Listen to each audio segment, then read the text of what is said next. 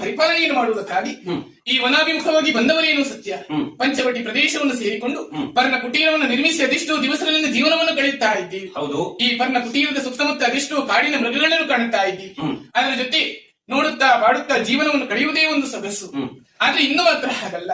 ಈ ಸೀತೆಯ ಪಾಲಿಗೆ ಸುದ್ದಿನ ಎಂಬುದಾಗಿ ನಾನು ಭಾವಿಸಿಕೊಂಡಿದ್ದೇನೆ.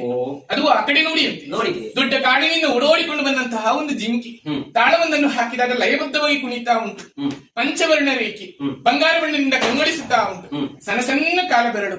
ಅದನ್ನು ನೋಡಿದಾಕ್ಷಣ ಯಾಕೋ ಏನದ ನೆತ್ತಿ ಮುದ್ದಾಡುವುದರ ಜೊತೆ ಆಟವಾಡಿಕೊಂಡಿರ್ಬೇಕೆನ್ನುವಂತ ಆಸೆ. ನನಗೋಸ್ಕರ ಆ ಜಿಂಕೆಯನ್ನು ಹಿಡಿದುಕೊಂಡು ಅರಸಿನಿ